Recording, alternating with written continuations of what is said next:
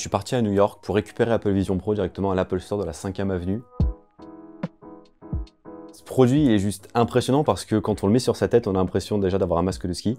Mais ce qui est encore plus bluffant, c'est qu'on voit vraiment toute la réalité. Donc je vois qu'il y a tout ce qu'il y a ici, on voit ses mains, on voit tout comme si on n'avait pas de produit.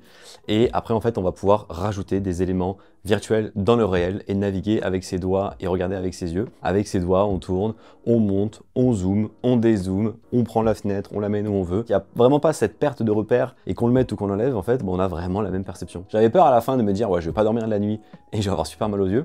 Pas du tout. Intuitif, accessible, facile d'utilisation et t'as rien à faire en fait. Tu prends ta fenêtre comme si tu l'avais vraiment devant toi et tu la mets où tu veux. C'est quelque chose qui va se positionner dans la pièce comme un tableau et quand tu tourneras autour, le tableau bougera pas et c'est toi qui vas voir l'angle différent du tableau.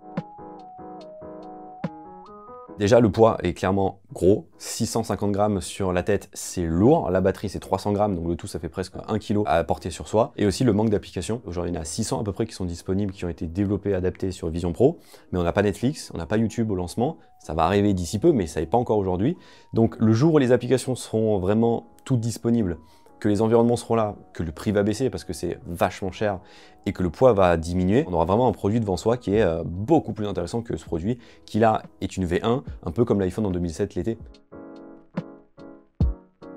Alors on peut l'utiliser en marchant, en bougeant, mais on va pas pouvoir interagir. C'est-à-dire que si tu te places des fenêtres sur la pièce et que tu bouges, ton contenu continuera. Par contre, tu vas pas pouvoir marcher dans la rue avec et que tes fenêtres te suivent. Par contre, il y a un mode de transport qui existe, qui pour le coup, quand on l'active, elle réduit la qualité et ça permet à la fenêtre non pas de se baser sur la position GPS, mais de se baser sur le lieu dans lequel on est. Donc dans un avion, dans une voiture ou dans un train, l'image, les fenêtres vont se positionner devant soi selon l'environnement qu'il y a, mais pas selon l'environnement dans lequel on bouge. C'est juste ça reste fixe dans un endroit, mais ça bougera pas avec nous. Pour le son, en fait, il y a deux haut-parleurs qui sont situés juste ici, qui sont des haut-parleurs audio-spatial, comme on peut avoir avec ses AirPods, où en fait, on a le son qui vient sur chaque oreille et qui va retransmettre un son, mais d'une qualité genre juste bluffante. Si tu as le film devant toi, tu auras le son qui va venir devant toi. Si tu tournes la tête à droite, le son va venir ici et va être moins fort là. Si tu mets ta fenêtre derrière, le son viendra par derrière. Et si tu décales la fenêtre vers le fond, le son va diminuer. Si tu la rapproches, le son va s'augmenter.